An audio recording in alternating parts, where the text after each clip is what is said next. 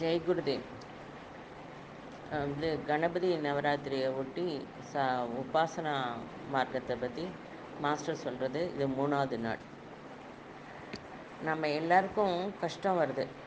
கஷ்டம் வரும்போது தான் மனசில் ஒரு பாவனை, தீவிரமான ஒரு பாவனையோட பகவானை கூப்பிட்றோம்.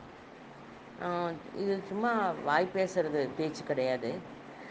கஷ்டம் வரும்போது நம்ம கூப்பிட்றது போது ஆர்த்தியோடு கூப்பிட்றது அது வேற. அதே மாதிரி கஜேந்திர மோட்சத்தில் கஜேந்திரன் அந்த சாதாரணமாக கூப்பிடல பகவானை. யானை கூட்டத்தோட காட்டில் திரிஞ்சுட்டு இருக்கிற சமயத்தில் முதலையோட ரொம்ப தீவிரமாக போராடித்து. 1 வருஷம் போராடின அப்புறம்தான் கூப்பிட்டார் பகவானை. பகவான் எங்கே இருக்கார்? அங்கேயே இருக்கார். கூப்பிட்ற இடத்துலையே இருக்கார். நம்ம சந்தோஷ சூழ்நிலையில் நம்ம எங்கே இருந்தாலும் அது சந்தோஷமே. அது எப்படி? பகவான் எனக்கு நீ எனக்கு தந்த சர்வ வியாபி, சர்வ சமர்த்தன், சர்வஜன் ஆனால் பரமாத்மா நமக்கு தந்த பரமாத்மா இந்த சூழ்நிலையை நமக்கு தந்தாருங்கிறது ரொம்ப உறுதி. அது மாற்றம் இல்லை. இதை விட ஆனந்த சூழ்நிலை வராது. இந்த சூழ்நிலை உனக்கு பிடிச்சதா பிடிக்கலையா அது வேற விஷயம். நாம் இருக்கோம் அப்படிங்கிறது ஒரு உறுதியாகிறது. இந்த சூழ்நிலையில் நீ உபாசனை செய்ய முடியும், அவரோட அருளை பெற முடியும் அப்படின்னு நம்பிக்கை அவருக்கு இருக்குது. உங்ககிட்ட அவர் நம்பிக்கை வச்சுருக்க. சர்வஜனான அவர் நம்ம மீது வச்சுள்ள நம்பிக்கையை நம்ம எப்படி தப்பாக உபயோகப்படுத்திக்க முடியும்?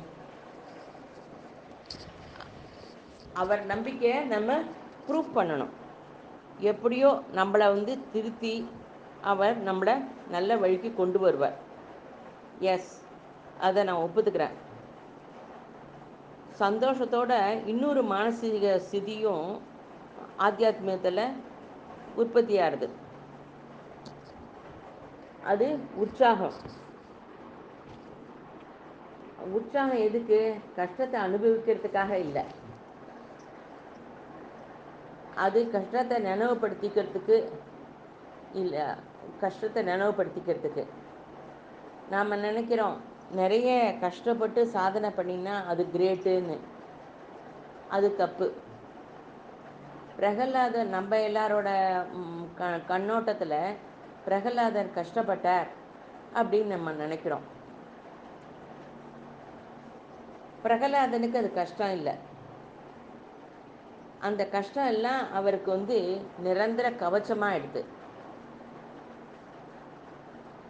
இதை நாம் பார்க்க வேண்டிய திருஷ்டிகோணம், அதாவது பார்க்க வேண்டிய கோணம் நிஜமாக அவர் கஷ்டப்பட்டாரா, அந்த நேரத்தில் அவருக்கு கஷ்டம் இருந்ததா அப்படின்னு நம்ம நினைக்கிறோம். அது அவருக்கு எல்லாமே ரட்சா கவசமாக இருந்தது. பிரகலாதனுக்கு உற்சாகம் இருந்தது. கஷ்டங்கிறது பிரபஞ்சத்தில் ஒன்றுமே இல்லை. இந்திரியம், ஸ்வார்த்தம் இதெல்லாம் தான் நமக்கு கஷ்ட சுகத்தை நிர்ணயிக்கிறது. இது கஷ்டம், இது சுகம் அப்படிங்கிறது நிர்ணயிக்கிறது. ஆக்சுவலாக கஷ்டங்கிறது எதுவுமே இல்லை. இயற்கையோட இயற்கையோட மடியில் நம்ம இருக்கோம். அந்த இயற்கை வயத்தில் அந்த அம்மாவோட கர்ப்பத்தில் இருக்கும்போது பஞ்ச கோஷத்துலேயும் பஞ்ச தத்துவத்துலேயும் இருக்கோம். நம்ம எங்கே போகணும், எந்த இடத்துக்கு போகணுங்கிறது அந்த தீர்மானமான ஒரு எய்ம் அது இருந்ததுன்னா போகிறோம். இப்போ நம்மளை அது விசேஷமான ஸ்திதிக்கு அழைச்சிட்டு போகும்.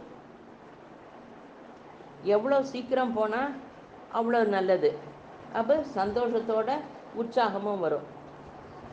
இப்போ 2 நாள் டெல்லிக்கு போகிறோம், 2 நாள் ட்ரெயினில் போகிறோம்.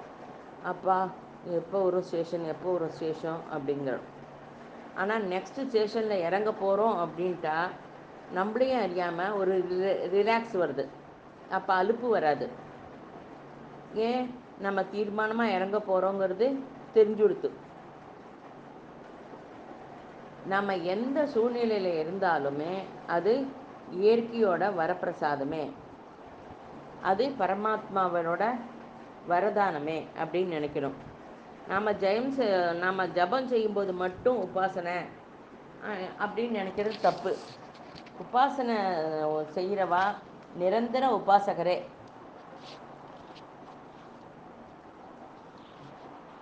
சிக்னல் வந்து ட்ரெயின் நிற்கிறது, அப்போ நம்ம படபடக்க மாட்டோம். சிக்னல் இப்போ சிக்னல் வந்துடுத்து, ட்ரெயின் நிற்கிறது, அப்போ நமக்கு ஒரு படபடப்பு, அந்த ரெஸ்ட்லெஸ்னஸ்ஸு அதெல்லாம் வராது. ஏன்? சிக்னல் எடுத்த உடனே ட்ரெயின் கண்டிப்பாக போகுங்கிறது, நம்ம இப்போ போக வேண்டிய இடத்துக்கு போகுங்கிறது நல்லா தெரிஞ்சுடுது. அதனால் நமக்கு இது வராது, ஒரு ஐயோ ஒரு பரபரப்பு இருக்காது. கொஞ்சம் நம்ம இப்போல்லாம் சிக்னலில் இருக்கோம் அப்படின்னு நம்ம நினச்சிட்டா நமக்கு நம்ம ரிலாக்ஸாக இருப்போம். உற்சாகத்துக்கு அப்புறம் என்ன வருது? ஆசை. சிக்னலில் இருக்கும்போது நம்ம மனசில் எப்படி ஒரு ரிலாக்ஸில் இருந்து நம்ம இறங்க போகிறோங்கிறது தெரிஞ்சுடுத்தோ, அதுக்கப்புறம் நடக்க போகிறது ஆசை. இதெல்லாம் பிரகிருதியோட நியமம். பிரகிருதியில் உள்ள சூழ்நிலையில் ஆனந்தத்தோடு எதிர்நோக்கிறது ஆசை. அதை திருப்பி திருப்பி எதுக்கு சொல்கிறோன்னா, மனசில் நன்னா நமக்கு 2 தடவை மனசில் படணுங்கிறதுக்காக மறுபடியும் மறுபடியும் சொல்கிறது. ஆசையோட உற்சாகம், ஆனந்தத்தோடு எதிர்பார்க்கும்போது நம்மகிட்ட அபிவிருத்தி ஆகிறது விஸ்வாசம். இந்த 4ம் வந்துட்டா உபாசனை உனக்கு பழிச்சுடுத்துன்னு அர்த்தம். சூழ்நிலை எதுவும் மாறாது, சூழ்நிலை அப்படியே தான் இருக்கும். சூழ்நிலை மாறி உனக்கு உற்சாகம் வந்தால் அது உபாசனை கிடையாது. சூழ்நிலை மாறும், மாறாமல் இருக்கலாம், உனக்கு சந்தோஷம் இருக்கும். எப்படி அந்த சூழ்நிலையில் நீ பரமாத்மாவோட கிருபைன்னு உபாசிக்கிறியோ, அப்போ நீ ஆனந்தமாக இருப்ப. பரமாத்மா, பிரகிருதி, இவா 2ஓட அற்புத சக்தி உன்னை வழி நடத்துறது. அப்போ ஆசை கேரண்டியாக வரும். சந்தோஷம், உற்சாகம், ஆசை, விஸ்வாசம், இது 4 சக்தியும் பரமாத்மா உனக்கு கொடுக்குற வரப்பிரசாதம். பிரகிருத்தியும் பரமாத்மாவும் உன்னை மகா சக்தி உன்னை வழி நடத்தும் போது நீ பரமாத்மா கிட்ட எவ்வளோ சந்தோஷமாக அந்த உபாசனையை செய்யலாம்.